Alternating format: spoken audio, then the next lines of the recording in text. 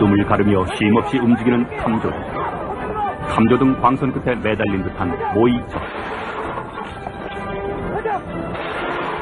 그리고 그 적기에 매달린 듯한 병사의 눈동자.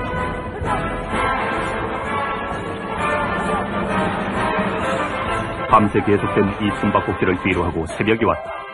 이들이 있는 곳은 서울 한복판이다. 잠들어 있던 사람들은 지난밤에 무슨 일이 있었는지 알 리가 없다.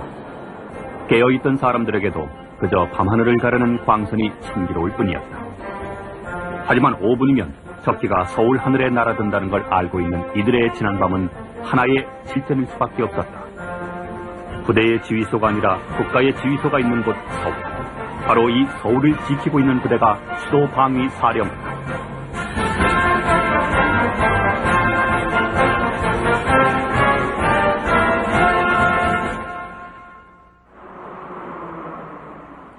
(97년 11월) 북한 권력층의 비리를 소재로 특집극을 제작 중이던 한 방송사가 북한으로부터 공개적인 테러의 협박을 받는 사건이 벌어진다.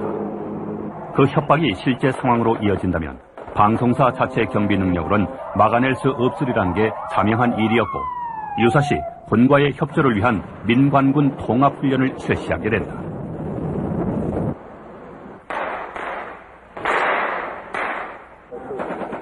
헬기로 날아든 특공대원들, 장갑차에서 뛰어내린 검은 제복의 군인들, 여의도라는 서울 도심에 어울리지 않는 모습들이지만 이들은 이곳에서 그리 멀지 않은 곳으로부터 단숨에 달려온 사람들이다.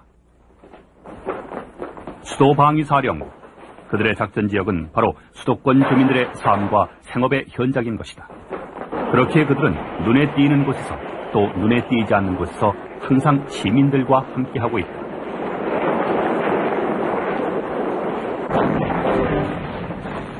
무력 분쟁에 관한 국제법규는 도시는 다수 시민의 생활 거점이기에 전쟁 중에도 공격을 억제해야 한다고 규정하고 있다.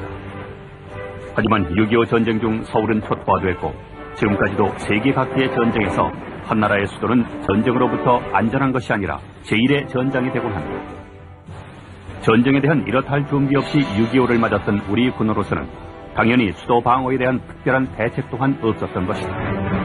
수도 방위사령부가 창설된 것은 전쟁의 피해 복구가 마무리돼가던 1961년이었다. 서울의 중심 남산에 터전을 마련한 수방사는 창설 7년 만에 김신조 등 무장 공비들이 청와대 침입을 기도한 121 사태를 맞는다. 이 사건은 공비 완전 소탕이라는 정과와 함께 수방사의 중요성을 다시 인식시키는 계기를 가져다준다. 아울러 계속된 수도권 팽창은 수방사의 증편을 거듭케 했고 1991년 부대 창설 30년 만에 수방사는 남산시대를 마감하고 서울 외곽에 새 터전을 마련하게 된다. 서울이 커진 만큼 수방사도 변화했던 것이다.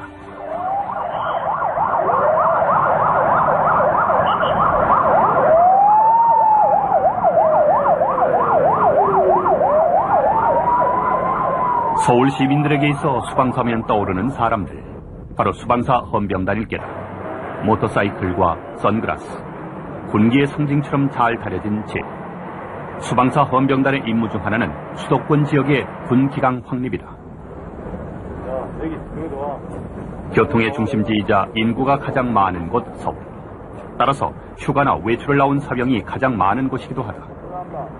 서울역 등 휴가 장병이 많은 곳이라면 그리 어렵지 않게 만날 수 있는 수방사 헌병단. 이들은 지금 군기 순찰 중이다.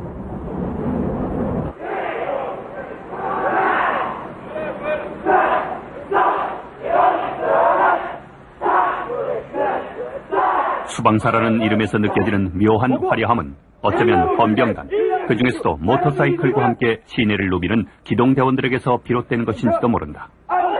하지만 한 명의 기동대원이 되기까지의 과정이 그리 순탄치만은 않다. 신장 178cm, 체중 75kg 이상의 건장한 체격 조건을 갖춘 자만으로 구성된 교육생들이지만 이들이 다뤄야 할 모터사이클 또한 덩치가 만만치 않긴 마찬가지다. 이 모터사이클의 중량은 무려 330kg이나 된다고 한다. 교육의 첫 과정은 우선 끌기. 무게를 직접 느껴보며 자신이 탈 모터사이클과 친숙해가는 과정이다.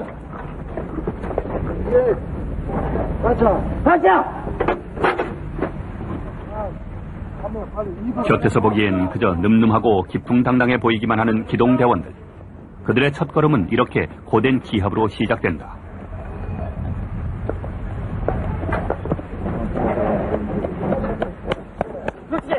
모터사이클의 중량만큼 이들의 임무 또한 무게가 만만치 않기 때문이다. 올라. 자, 왜 차를 넘어뜨리고 그러나? 들어간다. 똑바로. 밑으로. 보고. 1명 없어. 주색 경기 주니까. 자, 여기 살짝 차려. 정신 차렸습니다. 중심을 잘 잡아. 알았어요? 잘 잡겠습니다. 출발. 서서히 뛰고. 가자. 대부분 모터사이클을 처음 대하는 병사들이기 때문에 기초부터 교육받게 되지만 과정을 마치고 나면 당당한 기동대원으로서 배기량 1340cc, 최고속도 시속 200km를 자랑하는 할리 데이비슨의 주인이 되는 것이다. 하루 종일 밀고 끌고 하는 훈련이 거듭되다 보면 팔다리가 부어오를 정도로 힘이 든다. 하지만 안장 위에 오르고 나서 이어지는 주행 훈련도 힘든 건 마찬가지. 이 힘든 과정을 이겨내게 하는 것은 전군을 통틀어 유일한 모터사이클 부대라는 이들만의 자부심, 그리고 전투 헌병으로서의 사명감이라고 한다.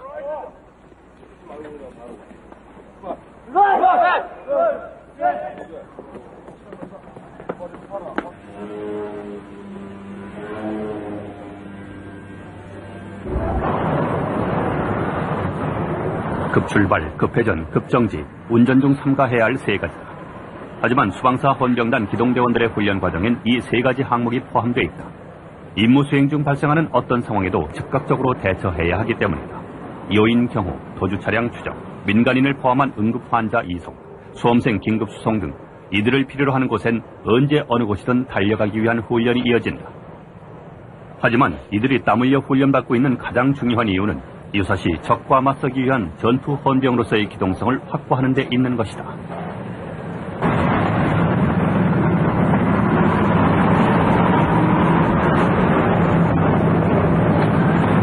성팀은 장비를 신중하게 갖춰서 2인성 MC의 부탁을 실시하여라. 수방사 헌병단엔 또 하나의 특별한 부대가 있다. 바로 특별경호중. 비상발령과 동시에 특경대와 기동대가 대테러 훈련을 위해 함께 출동을 준비하고 있다.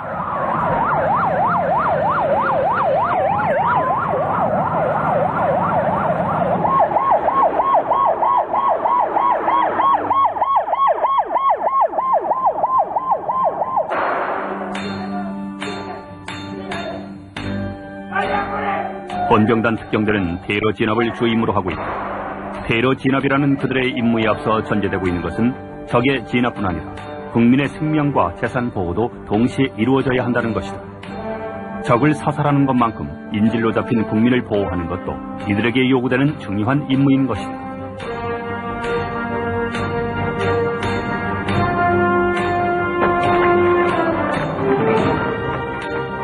적에게 노출돼서는 안 된다. 아울러 접근 중이라는 사실도 알려져서는 안 된다. 신속함 그리고 정확함만이 이들의 대테러 작전을 성공시킬 수 있는 것이다. 특수작전에 걸맞는 각종 특수장비들의 운영, 한치의 오차도 없는 레펠과 사격, 진압 후의 신속한 처리 과정, 이들이 보여주고 있는 훈련의 모습들은 이들이 달려가야 할 곳이 어떤 곳인가를 이들 스스로 잘 알고 있다는 확신을 주기에 충분하다.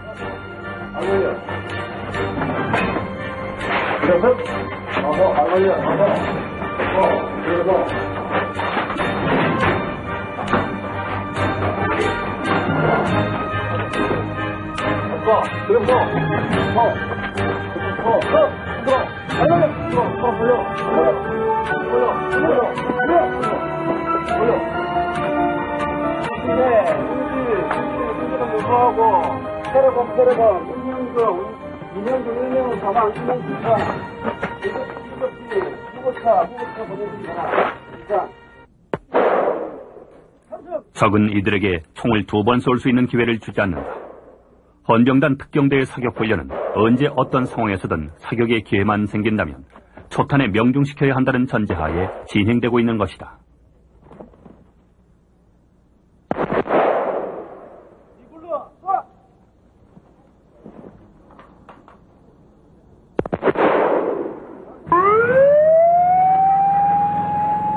서울 시계와 한강을 가로지르는 교량마다 설치되어 있는 검문소.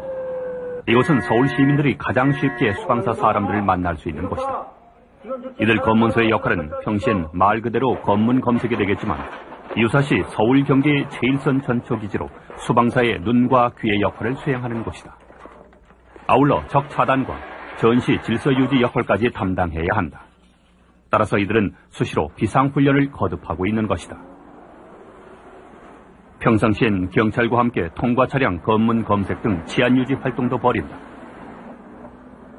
가끔은 검문을 피해 도주하는 차량들도 있지만 승용차를 능가하는 속도의 기동대 모터사이클의 추적을 피하진 못하기 마련이다.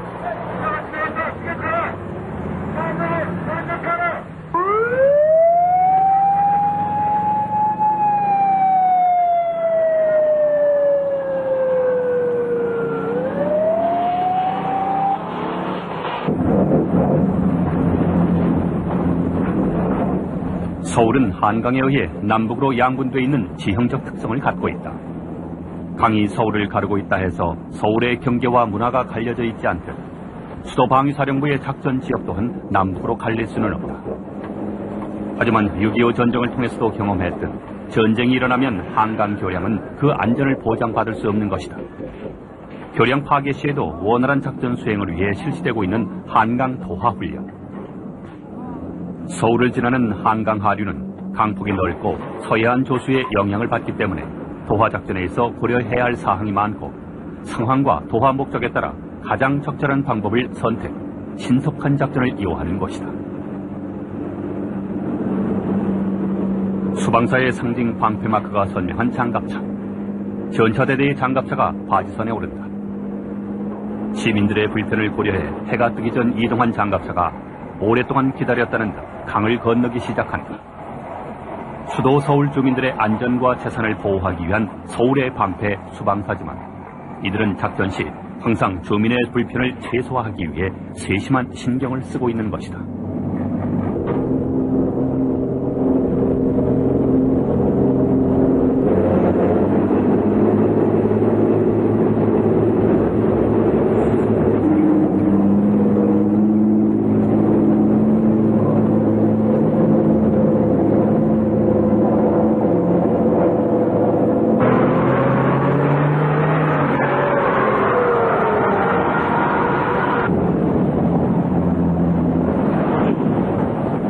장갑차의 개별적인 도하에 이어 부기역 가설이 시작된다.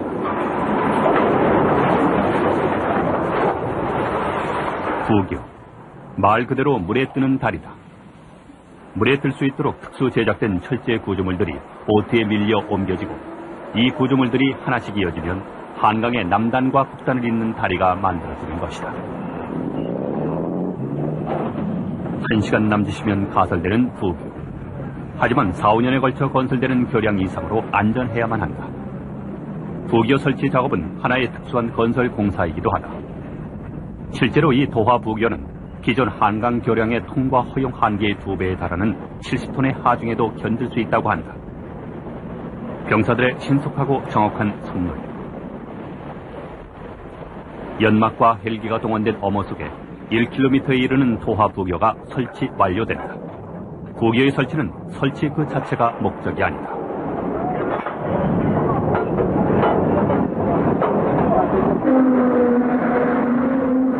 이제 이 다리를 통해 신속하게 전차와 병력이 이동해야 한다.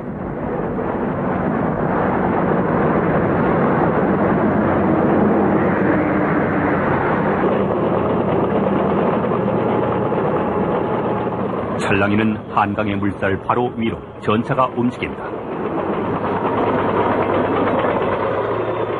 영화 같은 장면이다. 무장한 병력들이 전차 양옆으로 함께 뛰고 있다. 이 영화는 전쟁 영화다.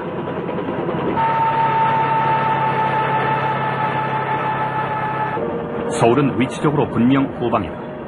하지만 전쟁이 일어난다면 시간적으로 전방보다 먼저 전쟁이 시작될 수 있는 곳이고 전면전이 아니더라도 북한의 특수부대가 비정규전을 감행할 제1목표 지역인 것이다.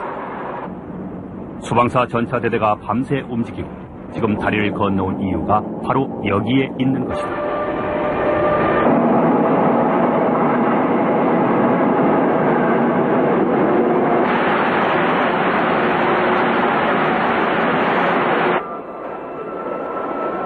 독가스 발생이라고요? 잘 알았습니다. 약 2, 3분 전 태릉 입구 하차 승객으로부터 유사사례 발생 신고를 접수하고 확인 중에 있습니다.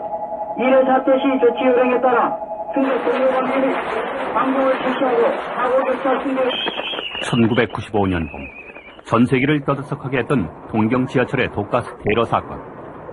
우리 또한 그러한 위협으로부터 안전할 순 없다. 만약 서울에 그러한 사태가 벌어진다면 사태 수습의 제일선에 나서야 하는 사람들이 있다. 바로 수방사 화학단 요원들인 것이다. 북한의 화생방 공격으로부터 국가시설과 국민의 생명을 보호하는 임무를 가진 이들은 화학무기의 특성에 대처하기 위해 항상 기동성 있는 대비 태세를 갖추고 있다.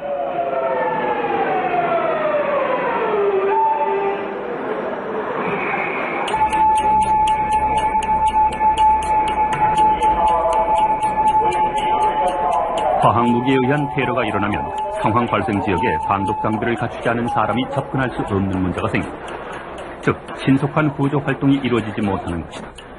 그렇기 때문에 방독과 오염 제거에 대한 전문적인 기술을 가진 사람들의 신속한 사체 수습이 필요하게 마련이고, 이런 이유에서 수방사 화학단은 민간인들과의 합동 훈련 기회를 자주 마련할 수밖에 없다.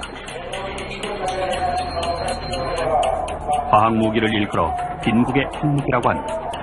핵무기의 버금가는 살상 능력을 가지면서도 제조 비용과 실전 투입의 용이성에 있어 핵무기와는 비교가 되지 않기 때문이다.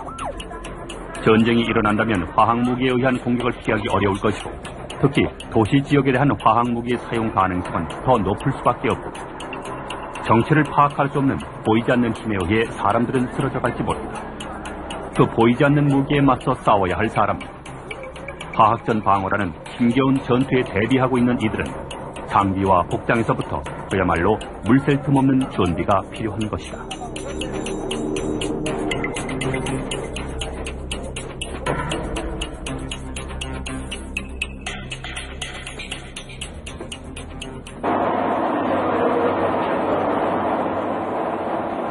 과학기술의 발달, 전략과 전술의 변화는 전쟁의 양상을 바꿔놓게 마련이다. 앞으로의 전쟁은 근접 전투보다는 동심 침투를 통해 바로 상대방의 심장부를 공격하는 양태가 될 것이다. 이것은 언제 서울 하늘로 적이 날아들지 모른다는 이야기인 것이다. 그러한 적들을 기동성 있게 찾아가 타격하는 부대가 수방사 특공대대다. 86 아시안게임과 88 올림픽 기간 중 김포공항 경비 임무를 담당한 35 경비여단을 모체로 탄생한 수방사 특공대대는 기동 타격 작전 수행을 위해 건물작전, 고등 산악기술, 특공종합훈련 등을 실시함과 아울러 대테러 상황에 즉각 대처하기 위한 초동 대기 부대를 운영해 유사시 신속한 임무 수행이 가능한 전천후 특공부대다.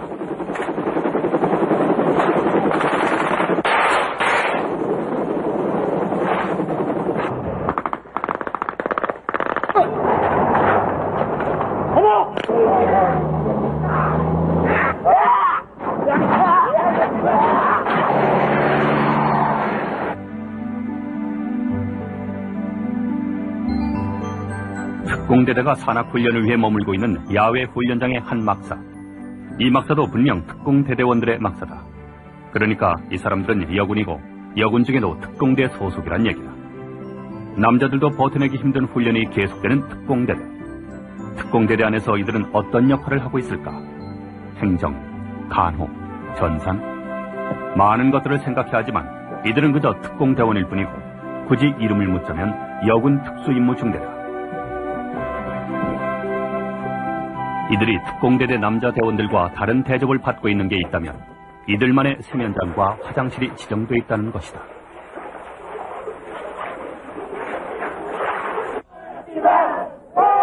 남자 대원들과 나란히 구보를 시작하며 오늘의 훈련이 시작됐다.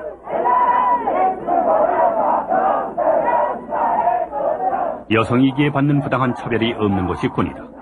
따라서 여성이라고 특별히 편한 대접도 생각할 수 없고 기대 또한 하지 않는다. 똑같이 기합받고 훈련받고 그에 따른 평가도 똑같이 받는다. 바로 불러! 목소리가 작습니다. 우리 불러! 여군은 누구나 본인의 지원에 의해 군 생활을 시작한다. 그 지원자들 중에서도 다시 특공대를 지원한 사람들만이 모인 곳이 여기다. 힘들 줄 알고 찾아온 곳.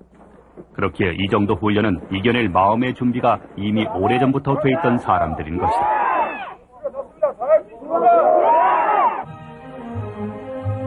어느 나라나 수도는 그 나라에서 가장 중요한 곳이 될 수밖에 없다. 하지만 서울은 다른 어떤 나라에서도 찾아보기 힘든 인구와 경제의 집중이라는 특성을 가지고 있다. 이는 전쟁이 발생하게 될 경우 보호받아야 할 국민과 나라의 재산이 많다는 것과 동시에 전쟁 수행 시 가장 중요한 인적 물적 자원의 동원기지 역할을 해야 하는 곳이란 얘기다.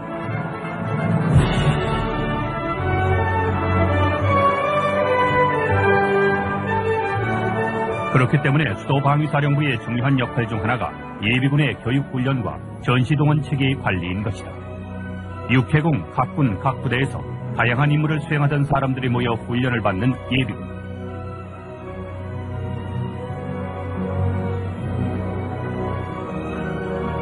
병화사관에서 장교에 이르기까지 계급도 달랐고 병과와 특기, 복무기관이 제각기 달랐던 사람들. 더더욱 중요한 것은 지금 하고 있는 일들이 저마다 다른 이들이라는 점이다. 하지만 유사시 예비군은 거주지역 방어뿐 아니라 정규군과 같은 조직적 움직임으로 전방지역에 투입되고 전투를 치러야 할 사람들인 것이다. 그렇기에 수방사의 예하부대들 예비군 교육과 관리가 그들의 일상임과 동시에 전쟁에 대한 중요한 대비가 될 수밖에 없는 것이다.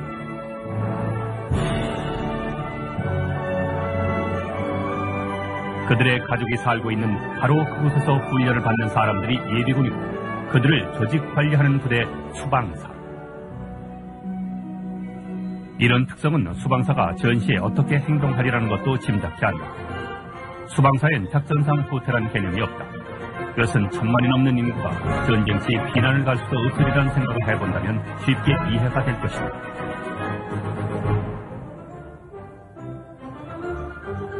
천만이 넘는 사람들. 수방사 사람들은 그 1000만이 넘는 사람들 중에 일부.